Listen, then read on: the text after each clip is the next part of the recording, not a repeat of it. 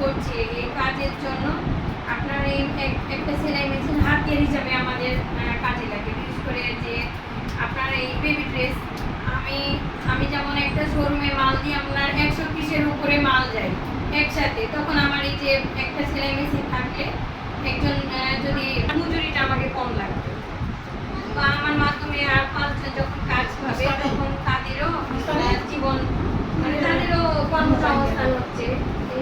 আপনার এটা আমাদের জন্য অনেক উপকারে আসবে। একজন মেয়ে নিজের পোশাকটাই বা পরিবারের সকলের জন্য যদি পোশাকটাই বানায়, বাইরে তাদেরকে টাকাটাও দিতে। বিসমিল্লাহির রহমানির রহিম। বাংলাদেশ এনজিও ফাউন্ডেশনের সহযোগিতায় এবং নারী সমতা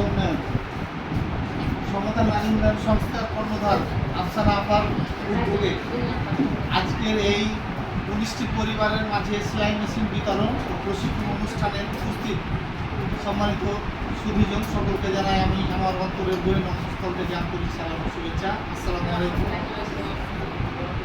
কবির ভাষায় বলতে গেলে পৃথিবীতে যা কিছু উন্নয়নের মূলে শুধু পুরুষরা নয়, উন্নয়নের মূলে অর্ধেক অবদান নারীদের আছে।